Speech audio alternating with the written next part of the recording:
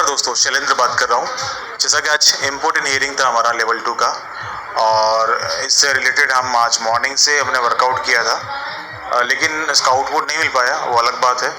हमने 100% ट्राई किया था, 3 से 4 बार हमने मेंशन करवाया, लेकिन स्पेशल बेंच का जो प्रॉब्लम्स है वो हमारे सामने, हम जब 2 जजों की बेंच आई, हमें प्रॉब्लम समझ में आया कि ये बेंच में हमारा काम नहीं हो सकता है। लिटरली हमारा काम बिल्कुल नहीं हो सकता है। रीज़न फर्स्ट, एक तो ये जो बेंच है उसमें सारे जजेस हैं वो न्यू कमर्स हैं, उनको एक्सपीरियंस थोड़ा सा कम है, तो वो कोई भी जजमेंट नहीं दे सकते। वो केवल नोटिस और अर्जेंट हियरिंग वाले जो केसेस होते हैं, जिसमें किसी कॉलेज में कोई लास्ट डेट होती है फॉर्म फिलअप करने की, किसी जॉब में इंटरव्यू का लास्ट डे होता है, उसको रिजेक्ट कर दिया गया है, ठीक है, तो ऐसे केसेस जिसमें बेल लेनी हो, किसी इमरजेंसी में किसी को जेल में बंद कर दिया हो और उसको अगर बेल लेनी हो, तो ऐसे केसेस पर वर्कआउट ज़्यादा हो रहा है स्पेशल बेंच में, ठीक है। तो हमारा नंबर आने की संभावना बहुत कम ही रहती है, और आउटपुट ये है कि रिजल्ट नहीं मिलेगा, मतलब इसका वो कोई केस का सॉल्यूशन नहीं होगा, ठीक है, चाहे हम कितनी बहस कर लें। इस वजह से हमें इसमें आउटपुट नज़र नहीं आ रहा था। इस वजह से हमारा डिस्कशन हुआ डिफरेंट एडवोकेट से, डिफरेंट पैनल से भी डिस्कस किया हमने, और हमें ये समझ में आया कि स्पेशल बेंच में हमारा काम नहीं होना है, ठीक है, लिटरली नहीं होना है। ये हमें समझ में आ गया था कि फर्स्ट जज को माना, व्यास जी को माना कि ठीक है वो डेट दे रहे हैं और केसेस में नंबर नहीं आ रहा है लोगों का, और वो बेल के बहुत सारे केसेस को इंक्लूड कर रहे हैं, लेकिन जब माहेश्वरी जी का नंबर आया तो हमें कहानी पूरी समझ में आ गई कि भैया ये सारे जो जजेस हैं वो केवल डेट देने के लिए ही बैठे हैं, सुनवाई नहीं करेंगे और ना जजमेंट देंगे। Specially there only work out for notices, second bail देना, अर्जेंसी मैटर पे स्टे देना, यही इनका मेन वर्कआउट है, जो हमें आज साबित हो गया, ठीक है। हाँ, अब थोड़ी सी केस के बारे में बात कर लेते, क्या एक्टिविटी रहा। जैसे मॉर्निंग में जब केस का सेशन स्टार्ट हुआ फर्स्ट हाफ में, तो जज साहब के सामने सप्लीमेंट्री वाले ऑब्वियसली पहुंचेंगे पहले कि चलो हमारी सुनवाई का नंबर होगा, हम पहले पहुंच जाते हैं, लेकिन जज का मूड अचानक चेंज हुआ और उसने बोला नहीं, मेन के केसेस कम है तो हम मेन के केस पहले लेंगे और सप्लीमेंट्री बाद में लेंगे। तो सभी सप्लीमेंट्री में बोला नहीं सर, इट इज़ रूल और दैट इज़ अ प्रोसेस, लेकिन सबको उन्होंने फटकार के भगा दिया, नहीं आज हम मेन से स्टार्ट करेंगे ताकि सीक्वेंस में नंबर चलेगा तो प्रॉब्लम नहीं आएगी, ठीक है। तो हमने सभी लोगों ने एग्री कर लिया, फिर जज को कोई मना नहीं कर सकता, ठीक है। तो उसके बाद अनूप जी रान साहब ने भी रिक्वेस्ट किया जज साहब से कि सर हमारा जो मैटर है that is important matter, 8 lakh लोगों से मैटर संबंधित है और 28,000 थर्ड ग्रेड टीचर रिक्रूटमेंट से रिलेटेड है, तो आपको इसमें इंटरफेयर करना पड़ेगा और उसको हमें टाइम देना पड़ेगा। तो बिल्कुल जज ने बोला ठीक है मैं सुन लेता हूँ, मुझे कोई प्रॉब्लम नहीं, लेकिन where is the state respondent. तो उस समय हमारे वहाँ पे स्टेट रेस्पोंडेंट गवर्नमेंट एडवोकेट भी नहीं थे, इवन प्राइवेट एडवोकेट भी नहीं थे, तो उन्होंने उस समय बोला ठीक है जब आएंगे तो हम लोग कंसीडर करते हैं। तो ये हमारा एक फर्स्ट अटेम्प्ट था, ट्राई था, लेकिन एडवोकेट के एब्सेंस की वजह से ये नहीं हो पाया। फिर सेकेंड हाफ के बाद में आपको पता है ये स्पेशल बेंच है, स्पेशल बेंच का वर्कआउट ये है कि इमरजेंसी केसेस, अर्जेंसी केसेस, जहाँ बेल हो, स्टे लेना हो, कहीं कॉलेज की लास्ट डेट हो, किसी एग्जाम का लास्ट डेट हो, वहाँ पे आपको इनवैलिड कर दिया हो, आपको कैंसिल कर दिया हो का रजिस्ट्रेशन, दैट्स वो सारे 100 से 150 केसेस आज जो कि न तो सप्लीमेंट्री में थे और न ही आपकी मेन लिस्ट में थे, लेकिन 150 केसेस आए वहाँ पे और उन लोगों ने अपनी अर्जेंसी जज को रिक्वेस्ट किया, तो फिर 11 o'clock के बाद में फिर ये मैटर चला। तो हमारा नंबर तो बिल्कुल आना नहीं था, तो हमको समझ में आ गया कि भाई इस बेंच में एटलीस्ट वी नीड 1 hour, अगर हमारा केस को अगर कुछ क्लोज करना है, एटलीस्ट सुनवाई करवानी है, तो हमें 1 घंटा पूरा चाहिएगा दोस्तों। इसलिए फिर हमें वहाँ टाइम लेने का कोई औचित्य नहीं था। फिर भी लोढ़ा साहब आए नेक्स्ट सेकेंड हाफ में, उन्होंने भी रिक्वेस्ट किया जज साहब से, अनूप डान साहब ने रिक्वेस्ट किया, ठीक है, सबने रिक्वेस्ट किया, लेकिन जज ने ये बोला कि ठीक है आपका नंबर जैसे आएगा मैं आपको सुनूंगा, सीक्वेंस में सुनूंगा, मैं ऐसे बीच में नहीं ले सकता। तो उन्होंने डिनाइड कर दिया। फिर बहुत देर बैठने के बाद में लोढ़ा साहब और अनूप डान साहब ने कोई डिस्कशन किया और अनूप डान साहब खड़े हुए और उन्होंने बोला कि सर ये मैटर हमारा बहुत इंपॉर्टेंट है और मुझे लगता नहीं है कि आज नंबर आएगा, तो आप एक काम कीजिए 21 जून डेट हमें दे दीजिए। तो जज ने डिनाई कर दिया, नहीं मैं आपको डेट डायरेक्टली नहीं दे सकता, आप निराश मत हो, नंबर आएगा आपका और आएगा तो बिल्कुल मैं दे दूंगा, नहीं नहीं तो आपके जूनियर वकील को आप छोड़ के जाइए, वो डेट ले लेंगे, ऐसा हो। लेकिन मैं आपको 21 जून डेट नहीं दे सकता जब तक आपका नंबर नहीं आएगा। तो उन्होंने डिनाइड कर दिया। तो अनूप डांड साहब ने बोला कि सर वैसे भी इतने सारे केसेस है, कैसे नंबर आएगा बताइए। बोला वो तो आने को तो आ भी सकता है, इसमें क्या कर सकते हैं। तो जज ने डिनाइड किया। फिर दोबारा अनूप डांड साहब बैठ गए, ठीक है। और लास्ट में फिर वो सुनवाई चलती रही जो अर्जेंसी केसेस वालों के, न तो मेन और न ही सप्लीमेंट्री। तो उसमें अर्जेंसी केस जैसे क्लोज हुए, इसके बाद हमारा लास्ट में नंबर आया तो फिर समय बचा नहीं था। तो अनूप डांड साहब ने रिक्वेस्ट किया कि 21 जून दे दिया जाए। उधर से तुरंत खड़े हो गए चौधरी साहब, विजय चौधरी। उन्होंने बोला कि सर ये टाइम कम बचा है और हियरिंग के लिए टाइम बहुत ज़्यादा चाहिएगा और 3 जुलाई डेट दे दीजिए। तो उसमें लोढ़ा साहब ने हामी भर ली और फिर हमें जो डेट है वो आपको मिली, हमें जो मिली वो 3 जुलाई मिली। फिर भी जज साहब ने एमएल लोढ़ा साहब को पूछा था, एनएल लोढ़ा साहब को, कि सर बताइए आपको क्या, लोढ़ा साहब बताइए एजी साहब क्या प्रॉब्लम है, समस्या क्या है, मैटर क्या है। लेकिन फिर भी एजी साहब ने ज़्यादा कुछ डिटेल में केस के बारे में नहीं बोला और डेट के लिए बोला इन्होंने। तो वही है कि हमें समर वेकेशन जो भी बेंच है उससे हमें बेनिफिट और आउटपुट नहीं मिलना था। इस वजह से हमने इंसिस्ट ज़्यादा नहीं किया कि बेटर है कि सिरादना साहब को केस ज़्यादा पता है, रेगुलर बेंच ही हमारा फैसला कर सकती है और इस बेंच को इतना पावर नहीं है कि वो डिसीजन दे पाए, क्योंकि सुप्रीम कोर्ट मॉनिटर करता है। अगर आपको जजमेंट देते हैं और आपको गलत हो जाता है तो आपका वो रिकॉर्ड खराब होता है। इस वजह से नए जज तो करेंगे नहीं, इसलिए थोड़ा सा ये हमारी स्टडी थी दो जजों से कि यहाँ हमारा काम नहीं होना है। इस वजह से हमने ज़्यादा, मैंने भी पर्सनली कोई रिक्वेस्ट नहीं किया जज साहब से जाके, क्योंकि मुझे पता था कि बेंच से कुछ वर्कआउट होना नहीं है, आउटपुट मिलना नहीं है। इस वजह से फिर हमने 3 जुलाई ली, क्योंकि अननेसेसरी आप लोगों को भी हम लोग पॉजिटिवनेस दिखाएं, बी पॉजिटिव, कब तक बी पॉजिटिव करोगे आप, क्योंकि ये बेंच से हमारा काम नहीं होना, ये हमें साबित हो गया आज, है ना। तो आप लोग इसमें जितने भी हैं उसमें इतना नेगेटिव होने की आवश्यकता नहीं, केस तो पॉजिटिव है, हम नो डाउट, हम अगेन से। लेकिन चक्कर ये है कि प्रॉब्लम ये हमारे साथ में ये आ रही है कि गवर्नमेंट की तरफ से कोई स्ट्रॉन्ग बंदा नहीं है जो इस मामले को चाहे स्पेशल बेंच में उठाता है, एटलीस्ट एसएचओ रिपोर्ट सबमिट कर देते हैं तो हमारी पेशी बचती। लेकिन एसएचओ रिपोर्ट ये सब मना कर रहे हैं कि नहीं मैं अकेला वो सबमिट करूंगा, जिस दिन हियरिंग होगी उसी दिन सबमिट करूंगा। अनूप डांड साहब ने रिक्वेस्ट किया, सबने रिक्वेस्ट किया, लेकिन वो नहीं मान रहे हैं कि नहीं वो पर्सनली सबमिट करें। तो देखो ऐसा है कि ओपोजिशन वाले को अगर वो उस रिपोर्ट से कुछ फायदा मिल सकता है तो वो तो बाद में भी ले लेगा। अननेसेसरी ये मुझे समझ में नहीं आता है जी सबका क्या इसमें तर्क है।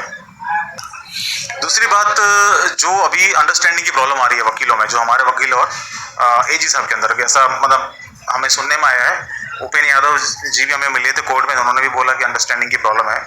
तो उन्होंने भी सजेस्ट किया भाई अंडरस्टैंडिंग की प्रॉब्लम है तो एक और वकील कर लो। तो उसी समय विज्ञान शाह खड़े थे, मैं उपेंद्र और तीनों जाके कोने में जाके बात की पैसों की। मैंने कहा पैसे तो हमारे पास इतना है नहीं, हम नहीं दे पाएंगे। लेकिन उसने उपेंद्र ने वादा किया कि नहीं मैं उससे 50,000 में करवा लूँगा, या जो भी वोट मिनिमम अमाउंट होगा उसमें हम लोग फाइनलाइज कर सकते हैं इसको। तो हमने थोड़ी देर डिस्कस किया तीनों ने मिलके। तो विज्ञान शाह का यही कहना था कि नहीं मैं केस डायरेक्टली नहीं ले सकता, एक बार मुझे पिटीशन की कॉपी दो, मैं पिटीशन को रीड करूंगा, समझूंगा, इसके बाद मैं आपको हाँ में रिप्लाई करूंगा। तो हमने मतलब लोगों की ये डिमांड थी कि भाई एडिशनल एडवोकेट या अंडरस्टैंडिंग की प्रॉब्लम आ रही है तो वो भी करके देख लो, ठीक है। मिनिमम कॉस्टिंग में अगर हमें वकील मिल रहा है विज्ञान शाह जैसा वकील तो कोई प्रॉब्लम नहीं है। वैसे थर्ड पार्टी एडवोकेट में इतने कोई रिक्वायरमेंट मेरे हिसाब से तो नहीं है। लेकिन क्या है कि बाद में लोग बोलेंगे या कोई और बोलेगा कर लेते, ऐसा हो जाता तो ठीक रहता। तो एक वो किंतु परंतु वाला मौका नहीं छोड़ना चाहिए कि थोड़ा बहुत पैसा मिल रहा है। तो चौहान जी से हमने इसका 24,000 या अप्रॉक्स अमाउंट जितना भी है उनके पास बचा हुआ रिमेनिंग, वो वहाँ से एडजस्ट करके ही एडजस्ट करने की हम लोग सोच रहे हैं, ठीक है। तो हमारा उसमें डिस्कशन हो गया था ओपन के साथ में, विज्ञान शाह के साथ में। तो ये फाइनलाइज हो रहा है। अगर आप लोगों की इसमें रजामंदी है तो जो भी रिमेनिंग कंट्रीब्यूशन है वो एसपी चौहान या जो भी अमित शर्मा वो बोलते हैं एज अ कंट्रीब्यूशन उनके अकाउंट में, जिनके भी अकाउंट में वो बोलते हैं, तो कंट्रीब्यूशन कर दीजिएगा। तो करना हो तो वो भी कर लेंगे अपन, क्योंकि ऐसी अंडरस्टैंडिंग की प्रॉब्लम जैसे हमें कोर्ट में दिखा कि अनूप डांड साहब ने 21 जून मांगा, विजय चौधरी ने 3 जुलाई मांगा और उसमें एजी साहब ने हामी भर दी। इसलिए थोड़ा डाउट होता है कि भाई कुछ अंडरस्टैंडिंग की प्रॉब्लम है तो भाई अपन नया वकील कर लेते हैं, फिर देख लेते हैं क्या प्रॉब्लम आता है, ठीक है ना। तो ये एक इशू हमने वहाँ पे सॉल्व करने की कोशिश की है, ठीक है। तो ये कंसर्न भी खत्म। एक डिस्प्यूट ये भी जो था एडवोकेट वाला, वो भी हमने आज खत्म किया है।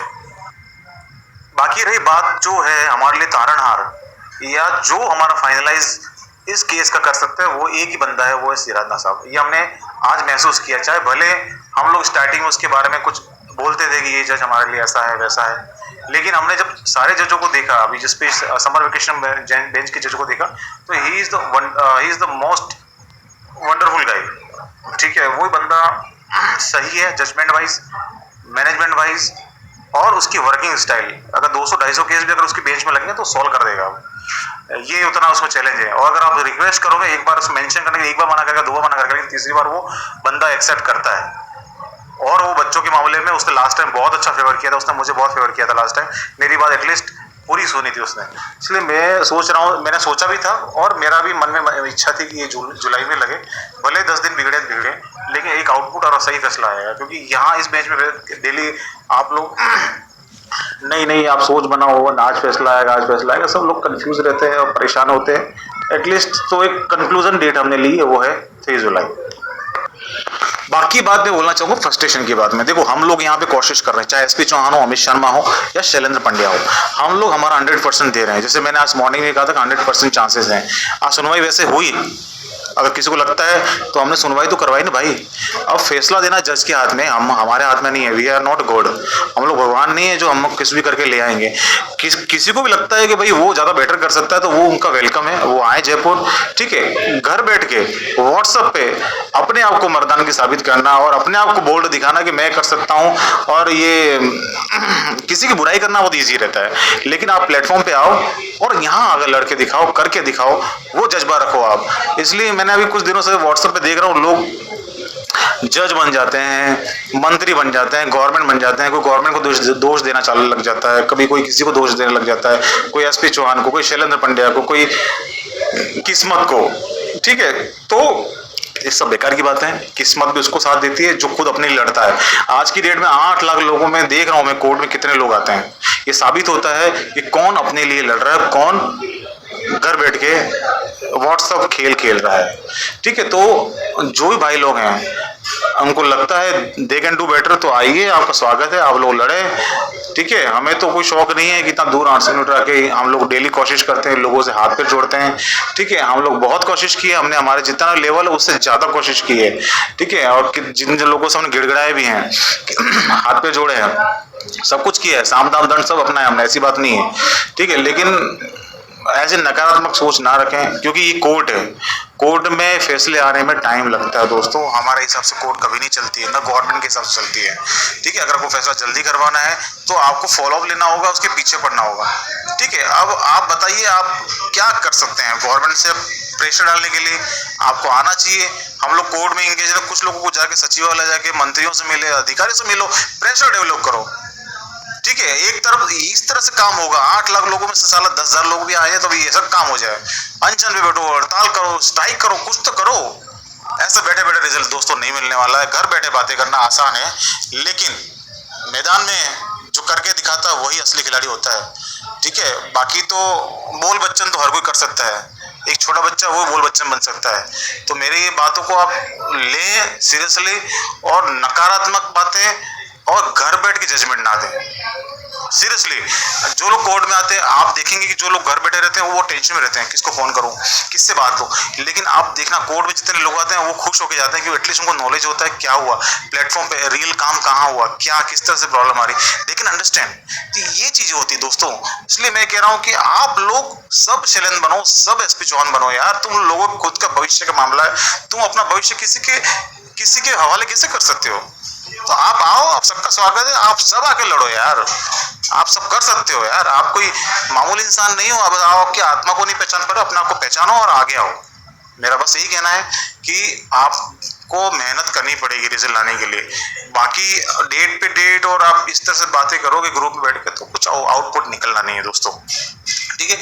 जैसे आज हम लोगों ने कोर्ट के बाद में भी हम लोग आज गए थे सचिवालय, अमित शर्मा और मुकरी भाई और 2-3 बहुत से साथी हमारे साथ आए, उन्होंने हमारा काम देखा। वहाँ 3-4 मंत्रियों से मुलाकात की हमने, जिसमें बहुत सारे लोग, बहुत से मंत्री मिलने जाने वाले थे वासुदेव नानी जी के घर पे। उन्होंने वहाँ मुद्दा रखने की बात की। 26 तारीख को मीटिंग होगी, उसमें भी है, उन्होंने मुद्दा रखेंगे। हमने सब वकीलों की कंप्लेन भी कर दी है वहाँ पे, कि सुप्रीम कोर्ट के एडवोकेट हमें चाहिए। अब भाई लोगों, आप लोग डिसाइड करो, आप लोग भी अब मेहनत करो थोड़ा सा, आप आओ आगे। घर बैठ के information news that is not good. मेरे पास इतने कॉल आया, आज मेरा मोबाइल स्विच ऑफ हो गया, दैट इज वंडर। अब मैं आपके फोन पे उठा के आपको जवाब दूं या काम करूं, बताओ मेरे को। आपको न्यूज लेनी है तो एक मैसेज से मिल सकता है, तो भी लोग लगे रहते हैं सुबह से लेकर शाम तक कि क्या न्यूज है, क्या न्यूज है। अरे भैया खुद आके काम करो एक बार आके यार, तो मालूम पड़ेगा। इवन हम लोगों को काम नहीं करने थे तो कहीं बैठे हो तुरंत फोन आ जाता है, तुरंत कॉल, कोर्ट में हो तो call. This is not fair यार। बस मेरा ये कहना था कि थोड़ा सा दुख होता है इन चीज़ों की, ऐसी नकारात्मक बातें और विरोधात्मक बातें जो होती है ना, तो वो किसी को नेगेटिव करती है। ठीक है, फिर हम तो लड़ने वाले हैं, चाहे कोई कितना भी चिल्लाए, कोई कितना भी भोगे, हमें कोई फर्क नहीं पड़ता है। हम लोग अपने लिए मेहनत करेंगे, जितना हो सकता है उससे ज़्यादा करेंगे। ठीक है, बाकी आउटपुट और रिजल्ट हमारे हाथ में नहीं है, वो कोर्ट के हाथ में। हमने अपना 100% दिया है, कौन कितना देता है उसके लिए आप भी आगे आओ। ठीक है दोस्तों, तो मैं इतनी अब बात अपनी यहीं खत्म करना चाह रहा हूँ। मैं भी 4 दिन से जयपुर में था, अभी घर को निकलूंगा मैं। अभी बैटरी चार्ज किया तो मैंने अभी ये ऑडियो थोड़ा सा मैंने कहा चलो भाई को शेयर कर दूं। आपको जो लगता है आप अपने हिसाब से, आप खुद अपने आप के जज हैं और डिसाइड करें और आगे बढ़े। धन्यवाद दोस्तों। लगदा है सानू प्यार दी मंजूर